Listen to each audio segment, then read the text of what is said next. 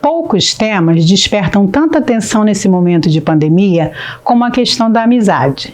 Os bons amigos conhecem todas as nossas histórias, os melhores fazem parte dela. Meu nome é Ana Cristina e sou professora da Secretaria Estadual de Educação do Rio de Janeiro.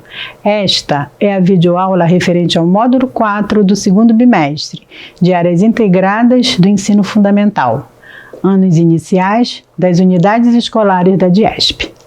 Neste módulo, você encontrará diversos textos falando sobre a amizade. Na nossa aula de hoje, trataremos de um assunto da nossa língua que merece bastante atenção. E para isto, iremos utilizar uma tirinha do Armandinho, que fala sobre amigos. Uma palavra que na nossa língua, como já sabemos, é classificada em substantivo masculino. Vamos entender isso melhor? Vamos ler a tirinha do Armandinho. Meu pai está com cara de poucos amigos, mas ele parece contente. Claro, são amigos de verdade. Meu pai está com cara de poucos amigos. Ao elaborarmos uma frase, utilizamos diversas palavras da nossa língua. Cada palavra desempenha uma função e possui uma classificação.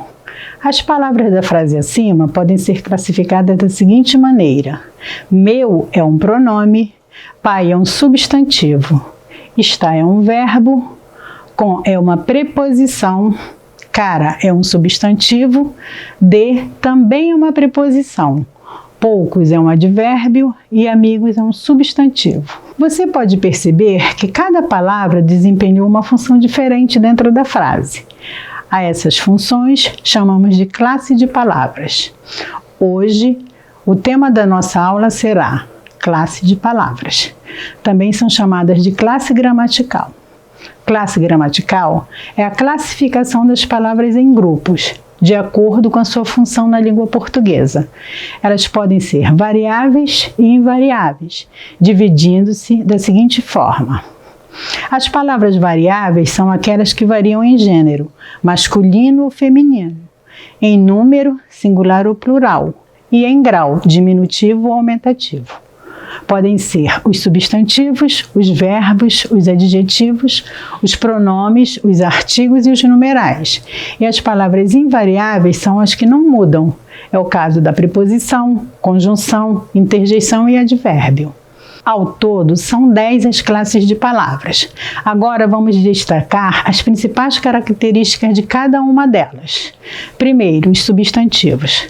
Classe de palavras que dão nome às coisas, pessoas e lugares. Por exemplo, caderno, mesa, Paulo, Brasil. A segunda, adjetivos. São as palavras que dão uma característica, qualidade ou defeito ao substantivo. Por exemplo, bonita, gordo, alto, pequeno, quente. Terceiro, numerais. São palavras que expressam uma ideia de quantidade. Por exemplo, 2, primeiro, metade. Quarto, artigos. São palavras que ficam antes dos substantivos, podendo indicar o gênero. O a, uma. E a quantidade, os, as, uns, umas. Quinto, verbos. São palavras que indicam uma ação, estado, fenômeno ou fato. Exemplo, estudar, ser, comer, chover, trovejar. Pronomes. São palavras que substituem o nome. Exemplo, eu, ela, aquele, minha. Sétimo, preposições. Servem para ligar duas palavras ou termos. Exemplos, café com leite, lápis de cor. Com e de são preposições. Oitavo, advérbios. São palavras que indicam circunstâncias, como tempo, lugar, intensidade, dúvida, entre outros. Exemplos, hoje, aqui, muito, talvez. Nono, conjunções. Servem para unir frases ou orações. Por exemplo, foi à escola, mas não houve aula. A palavra mais é uma conjunção. E a décima, interjeições. São palavras que exprimem emoções, sensações. Exemplo, psiu, ai, ufa, olá, eca. Na apostila de vocês constam diversas atividades para vocês treinarem bastante. Você já imaginou como seria o mundo sem a matemática? Um dia é melhor somar, no outro é subtrair. Tem vez de multiplicar, tem hora de dividir. Nossa vida é uma conta, num papel quadriculado. Tem gente que fica tonta sem chegar ao resultado. Se o problema é complicado, de difícil solução, é melhor não dar um passo sem ouvir o coração. Esse poema é do Ricardo Azevedo e faz parte da sua obra chamada Livro de Papel. O tema da nossa aula de hoje será operações matemáticas. As operações matemáticas estão presentes em quase todas as atividades do nosso cotidiano, não é mesmo?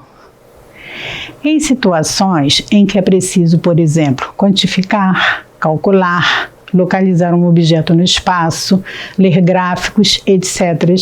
Basicamente, temos 4 operações matemáticas, que são adição, subtração, multiplicação e divisão. Elas abrangem um raciocínio sem muita complexidade. No entanto, são de suma importância para a realização de qualquer cálculo matemático. Por exemplo, os seus conceitos são aplicados na tabuada. Mas afinal, para que servem a adição, subtração, multiplicação e divisão? Quais os nomes dos termos dessas operações? Como chamamos o resultado de cada uma delas? É o que vamos ver agora. A adição é uma operação matemática que reúne a ideia de somar, juntar, reunir, ganhar, adicionar.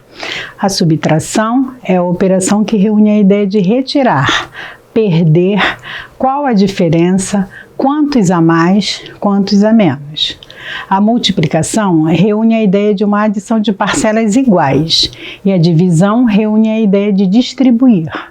Vamos ver agora os nomes dos termos de cada operação. Os termos da adição são chamados de primeira parcela, segunda parcela e o resultado é a soma ou total. Os termos de uma subtração são assim chamados, minuendo, subtraindo e o resultado é chamado de resto ou diferença. Os termos da multiplicação são chamados de multiplicando, multiplicador e o resultado é o produto. A divisão possui o dividendo e o divisor. O resultado é chamado de quociente e o que sobra da divisão é o resto. Ao tentarmos resolver as situações, problemas da matemática, devemos sempre observar as ideias que essas situações sugerem para utilizarmos a operação correta. Não esqueça. Milton Nascimento, em uma das suas canções, nos diz assim: amigo é coisa para se guardar do lado esquerdo do peito, dentro do coração. Você sabia que o coração é um dos principais órgãos do corpo humano? Ajudado pelos pulmões, ele é o responsável por bombear o sangue para todas as partes do nosso corpo. E agora nós iremos falar sobre essa máquina maravilhosa chamada corpo humano. Você já deve ter notado que o homem é um ser vivo diferente de todos da Terra, porque possui inteligência desenvolvida e é capaz de raciocinar. Sendo um animal racional, o homem preocupa-se em saber de que é formado, como se desenvolve e de que modo funciona seu próprio corpo. Através desses conhecimentos, ele consegue aumentar a duração e melhorar a qualidade da sua vida.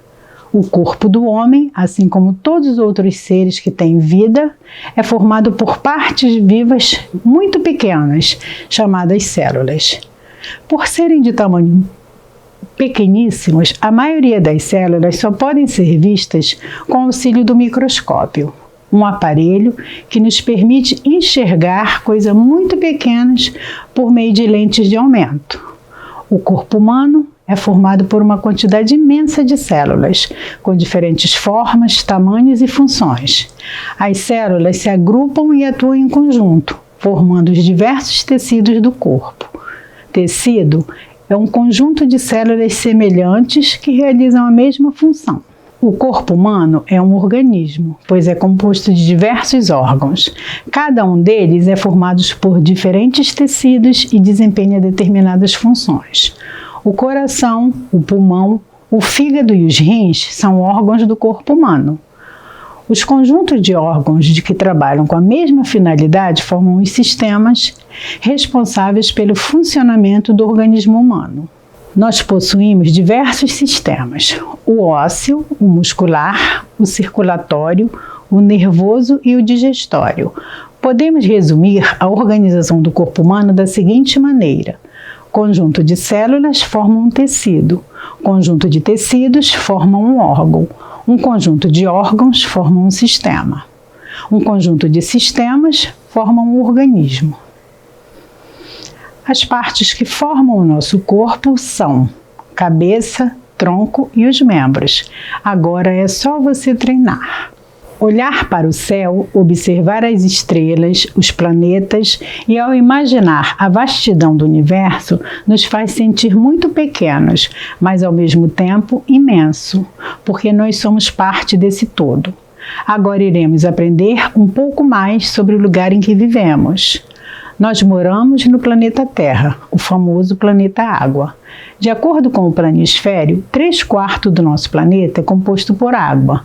A superfície é formada por 5 continentes: Europa, Ásia, África, Oceania, Antártida e América. O Brasil está localizado na América do Sul e é formado por 5 grandes regiões. Cada região brasileira apresenta aspectos particulares relativos aos costumes e crenças. De maneira simplificada, pode-se dizer que a formação cultural do Brasil é o resultado da miscigenação entre o índio, o negro e o imigrante europeu. Mas também vieram para o Brasil povos de outras nacionalidades, trazendo consigo suas tradições e costumes, contribuindo para essa enorme pluralidade. Devido à diversidade, a cultura brasileira não pode ser entendida de maneira homogênea. Ela é o resultado de diferentes elementos culturais que se expressam nas distintas regiões do território brasileiro. Um por todos, todos por um. É o lema do Pacto da Amizade entre os 3 mosquiteiros, que sob o duplo seio da lealdade e da coragem tornam-se invencíveis. A diversidade brasileira sempre foi acompanhada de relações desiguais e hierarquizadas com fortes injustiças sociais e séculos de violência, especialmente contra negros e indígenas. A população brasileira é uma das mais diversificadas do mundo, o que permitiu que nos transformássemos em um povo único, com cores, culturas, sotaques e histórias diferentes. Essa diversidade cultural é um dos motivos para respeitarmos as pessoas com origens e culturas diferentes da nossa. O respeito é um exemplo de prática de cidadania. Cidadania é um conjunto de direitos e deveres que nos permite participar das decisões da sociedade em que vivemos. Ser cidadão é ter direitos e deveres que devemos cumprir na sociedade. A cidadania é construída no nosso dia a dia, a partir da nossa capacidade de participação social e colaboração para o bem comum. A aula de hoje está relacionada aos conteúdos do 2º bimestre, no módulo 4, no material das orientações de estudos. Espero que estejam aproveitando bastante esse material. E até a próxima aula. E para encerrar, eu deixo para vocês uma poesia do poeta Braulio Bessa. Que o amor seja presente, que sempre lhe fortaleça, que a vida lhe dê amigos, que você sempre agradeça, que a cada sofrimento esse belo sentimento nasça, cresça e permaneça. Braulio Bessa, bom estudo para todos.